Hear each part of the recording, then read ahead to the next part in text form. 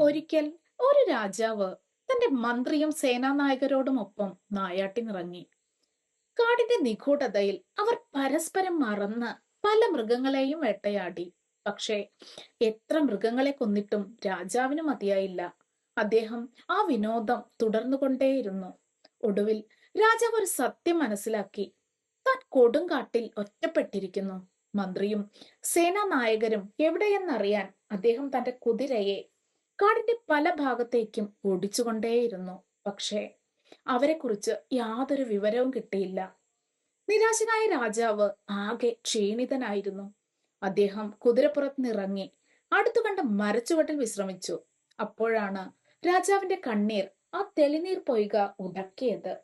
കണ്ടയുടനെ ദാഹിച്ചു വലഞ്ഞ രാജാവ് വലിയ പാരവശ്യത്തോടെ പൊയ്കയുടെ അടുത്തെത്തുകയും കുന്തിച്ചിരുന്ന് ഇരു കൈകളിലും അമൃതം പോലുള്ള ആ ജലമെടുത്ത് കുടിക്കാൻ തുടങ്ങി.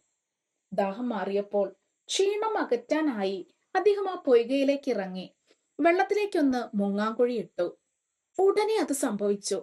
തികച്ചും അപ്രതീക്ഷിതം, അത്ഭുതാവഹം.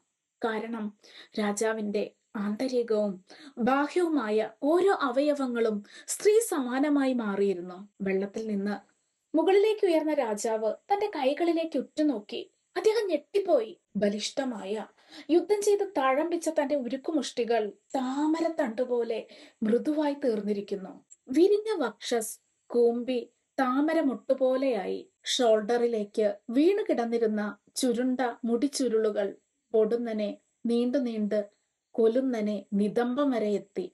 മുഖം പൗരുഷ ശോഭ മാറി സ്ത്രൈണതയുടെ ഭാവരസമായി.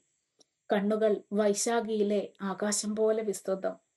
തടിച്ച നാസ്വാരന്ധ്രങ്ങൾ മെലിഞ്ഞു നീണ്ടും മൂക്കുത്തി മിന്നി മിന്നി പ്രകാശിക്കുകയും ചെയ്തു.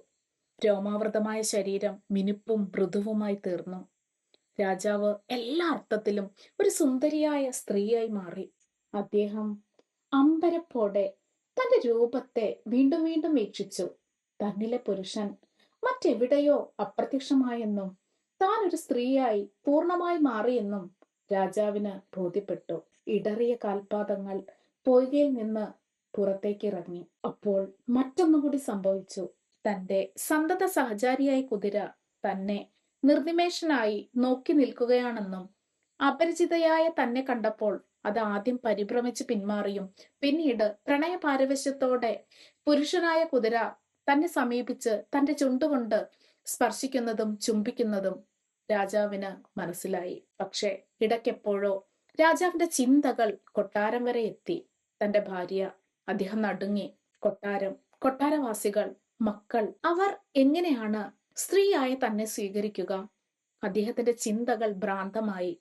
തന്നെ മാത്രം പ്രതീക്ഷിച്ചിരിക്കുന്ന ഭാര്യയെക്കുറിച്ച് ഓർത്തപ്പോൾ അദ്ദേഹം കരഞ്ഞുപോയി.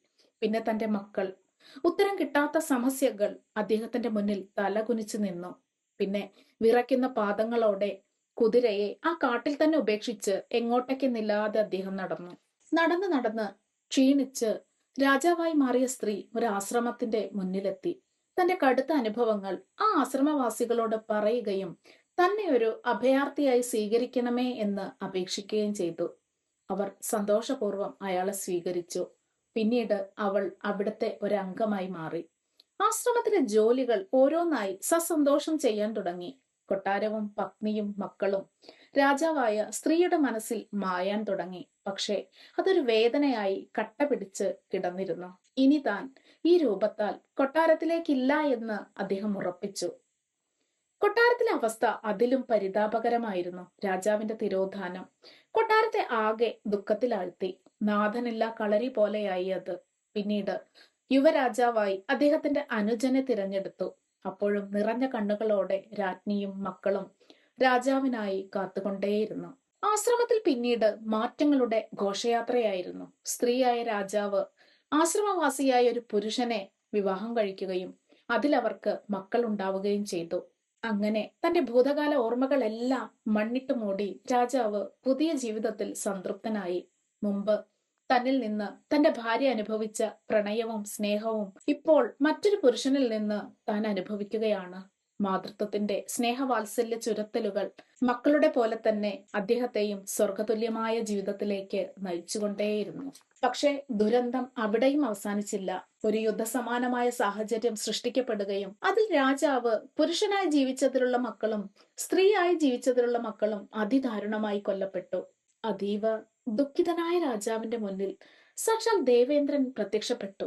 രാജൻ, ഞാനും നാരദ മഹർഷിയും കൂടി അങ്ങയെ ഒന്ന് പരീക്ഷിച്ചതാണ്. സ്ത്രീ ജന്മമാണോ പുരുഷ ജന്മമാണോ മഹോത്തരമെന്നറിയാൻ. അതുകൊണ്ട് അങ്ങ് ഞങ്ങളോട് ക്ഷമിക്കണം. പക്ഷെ ഒന്നുണ്ട്, ഞങ്ങൾക്ക് അങ്ങയ്ക്ക് വേണ്ടി ഒരു കാര്യം ചെയ്തു തരാൻ പറ്റും. അതായത് അങ്ങയുടെ മക്കളെ പുനർജനിപ്പിക്കാം. പക്ഷേ അതങ്ങ് പുരുഷ ജന്മത്തിലായിരുന്നതോ അതോ സ്ത്രീ ജന്മത്തിലായിരുന്നതോ ആണ് വേണ്ടത്? ഏതെങ്കിലും ഒരു ജന്മത്തിലെ മക്കളെ മാത്രമേ ഉയർത്തെഴുന്നേൽപ്പിക്കാനാവൂ. ദേവേന്ദ്രൻ നിർത്തി. എന്നിട്ട് രാജാവിന്റെ മുഖത്തേക്ക് സാഗുതം നോക്കി. അപ്പോൾ രാജാവായ സ്ത്രീ നിറഞ്ഞ കണ്ണുകളോടെ പറഞ്ഞു, ഞാൻ സ്ത്രീ ആയിരുന്ന സമയത്ത് ഉണ്ടായിരുന്ന മക്കളെയാണ് എനിക്ക് ആവശ്യം. അവർ നിസ്സംശയം പറഞ്ഞു.